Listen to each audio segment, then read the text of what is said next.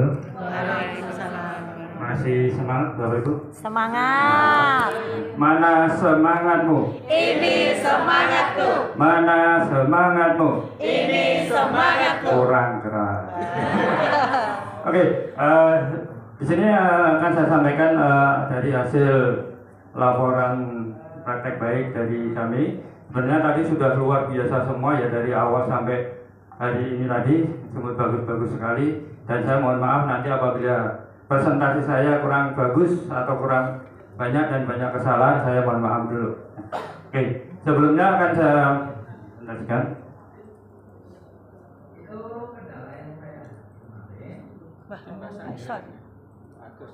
Agus.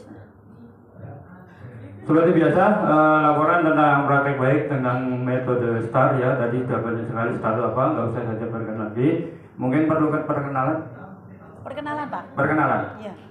Oke, perkenalan, nama saya lengkapnya Bapak Budi Margono, saya ngajar di SMP 2 Ngeplak, ngajar informatika kelas 7, 8, 9. Karena murid saya itu ada 1000 Pak, lebih dari 1000. Karena ada kampus 1, kampus 2. Sama di Giri ya, itu. Nah ini perkenalan diri aja. Lokasinya itu di daerah Ngeplak, Timur Embarkasi, kampus 1 dan kampus 2-nya di daerah Giri Roto, dekat Embung. Oke ya. Jadi kita paparan tentang materi praktek baik ya, tentang informatika.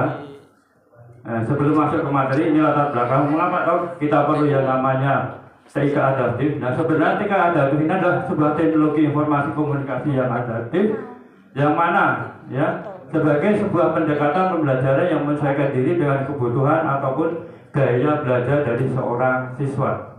Nah selain itu, pembelajaran adaptif ini juga sangat menyenangkan dan membuat siswa itu semakin semangat dalam proses belajar, karena nanti tampilannya ada berupa teks, video, animasi, dan masih banyak lagi. Nah, sebelum melakukan pembelajaran TIK adaptif, ya, situasi sekolahan kami dulu, ya, nah, sebelum melakukan adaptif, ya, ada kurangnya personalisasi. Apa atau personalisasi itu? Ya, materi pembelajaran itu cenderung seragam, ya, dari setiap hari, setiap waktu, setiap kelas biasanya seragam, sama terus. Ini kadang akan membuat, ya, siswa itu belajar menjadi jenuh. Yang kedua, keterbatasan sumber belajar. Dulu sebelum menggunakan TIK adaptif, sumber belajar itu hanya terpacu pada apa? Buku, ya, buku ataupun teks, ya, atau modul dan cetak yang lainnya. Yang ketiga, interaksi yang terbatas. Sebelum menggunakan metode TIK adaptif, ya, interaksi antar siswa dan guru itu serta ya sendiri itu cenderung lebih terbatas, ya, lebih banyak bersifat pasif, seperti hanya mendengarkan penjelasan guru atau mengerjakan tugas-tugas secara individu.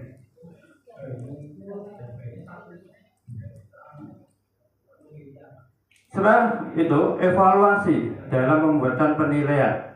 Ini juga sama. Dulu sebelum kami menggunakan TIK adaptif, evaluasi atau penilaian pembelajarannya itu hanya dilakukan secara tertulis. Nah, dengan adanya tertulis itu, maka nanti kerepotan Bapak Ibu guru dalam mengoreksi, mengolah nilai itu juga akan kesusahan. Nah, selain itu juga ketergantungan pada guru. Pada pembelajaran yang tidak menggunakan pembelajaran TIK adaptif, siswa itu hanya tergantung pada guru saja. Ya, siswa hanya cenderung pasif dan proses pembelajaran lebih banyak mengandalkan penjelasan dari guru. Nah, ini situasi pada saat sebelum kami menggunakan TIK adaptif. Setelah itu kekurangan motivasi belajar, karena kekurangan variasi dalam metode belajar dan keterbatasan interaksi dapat menyebabkan siswa itu merasa bosan dan kurang termotivasi untuk belajar lebih giat lagi. Nah, dari situasi ini, ya, maka sekolah kami mendirikan aset-aset, maaf itu kurang ya, aset-aset yang dimiliki di sekolah ini untuk menunjang proses pembelajaran TIK adaptif. Yang pertama ada akses internet. Alhamdulillah di sekolah kami akses internet cukup banyak sekali menggunakan 2 jaringan, yang satu 150 Mbps dan yang satu 100 Mbps. Itu untuk akses internetnya. Dan untuk Wi-Fi-nya juga alhamdulillah di Wi-Fi-nya itu sudah 80% setiap ruangan kelas sudah ada Wi-Fi-nya. Nah, ini untuk menunjang proses pembelajaran menggunakan adaptif. Juga LCD sama. LCD juga hampir 90%. Tapi masih ada yang untuk mobile, misalkan untuk kelas yang LCD-nya rusak atau yang belum bisa mengambil dari LCD untuk yang mobile. Nah, kalau HP sudah jelas ya, karena sekolah kami sebenarnya mewajibkan membawa HP, tapi ada beberapa anak yang kadang tidak membawa HP atau lupa, biasanya seperti itu. Nah, tantangan yang dilakukan dalam saat situasi tadi, ya, meskipun ya TIK Adaptif itu menawarkan banyak potensi untuk personal pembelajaran, namun implementasinya di lapangan masih menghadapi beberapa tantangan ataupun kendala. Nah, berikut adalah beberapa tantangan yang kami alami. Yang pertama, aksesibilitas teknologi. Walaupun aksesnya cukup tinggi, ya, kadang sinyal dari provider itu juga kadang naik turun. Kalau digunakan secara bersama-sama hampir mungkin kelas 7 itu ada sekitar 400, maka aksesnya juga akan semakin lama karena kita tidak menggunakan yang namanya router. Jadi semua di loss sesuai dengan kapasitas bandwidth. Yang kedua juga perangkat, ya, perangkat komputer atau tablet, smartphone yang memadai di sekolah kami ataupun di siswa.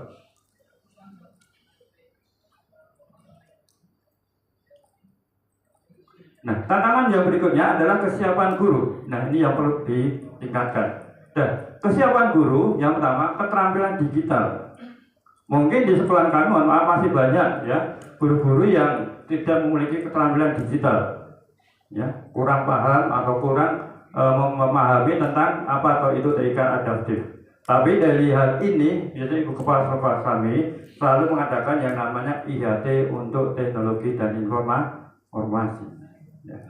Yang kedua, perubahan paradigma. Nah, guru perlu mengubah paradigma pembelajaran yang dari tradisional menjadi lebih berpusat pada siswa dan teknologi. Ini masih susah sekali. Ya. Kadang guru itu masih menguasai atau mendikte dari siswa sendiri. Yang ketiga, waktu dan sumber daya. Ya. Nah, di sini karena kesibukan guru, mohon maaf guru sekarang itu sibuknya minta ampun, banyak administrasi yang harus diselesaikan ini itu, ya Pak. Itu kadang menyita waktu, dalam pembuatannya pun juga kadang akan lebih lama, mementingkan dari apa? Dari kesibukan melengkapi administrasi dari seorang guru. Aksi atau langkah-langkah untuk memanfaatkan TIK Adaptif dalam pembelajaran. Yang pertama, kita harus mengidentifikasi dulu kebutuhan siswa. Nah, kebutuhan siswa itu apa dalam mempelajari atau kita memanfaatkan TIK Adaptif? Yang pertama, mengidentifikasi tingkat kemampuan siswa, yaitu melakukan asesmen awal untuk mengetahui seberapa tingkat pemahaman dan kemampuan siswa terhadap materi yang akan kita sajikan. Yang kedua, mengenali gaya belajar. Ya, mungkin ini sering kita lakukan. Ya, belajar siswa itu modelnya menggunakan visual, auditorium, atau kinestetik. Nah, yang ketiga, menentukan tujuan pembelajaran. Tujuan pembelajaran yang spesifikasi dan terstruktur untuk setiap siswa ataupun kelompok.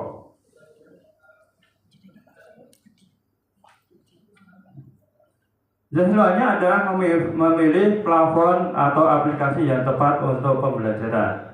Yang pertama, kita menyelesaikan dulu apa materinya dengan media plafon TIK Adaptif yang sesuai dengan materi yang akan kita sajikan. Karena mungkin setiap materi, mungkin materi A kita harus menggunakan plafonnya A, materi B kita harus menggunakan materi B. Harus kita sesuaikan dulu dengan materi apa yang akan kita sajikan nanti. Yang kedua, mempertimbangkan fitur-fitur adaptif. Nah, fitur-fitur atau plafon aplikasi yang tersebut memiliki fitur adaptif yang memungkinkan penyesuaian materi dengan tingkat kesulitan dari siswa. Yang ketiga, kemudahan. Nah, dalam pemilihan plafon, ya, TIK Adaptif, kita juga harus memperhatikan tingkat kemampuan siswa. Mampu nggak kalau kita membuat misalkan sudah bagus sekali, ya, untuk plafonnya ternyata siswanya tidak bisa. Nah, kita juga harus menyesuaikan dulu kemudahan penggunaan oleh guru dan siswa. Nah, yang terakhir adalah mendesain materi pembelajaran yang interaktif.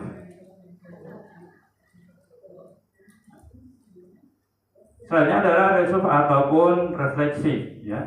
Nah, TK Adaptif telah memberikan revolusi, ya, dalam dunia pendidikan, ya, dengan kemampuan untuk menyesuaikan materi pembelajaran dan kebutuhan serta gaya belajar seorang siswa. TK Adaptif telah membuka pintu bagi pengalaman belajar yang lebih personal dan efektif.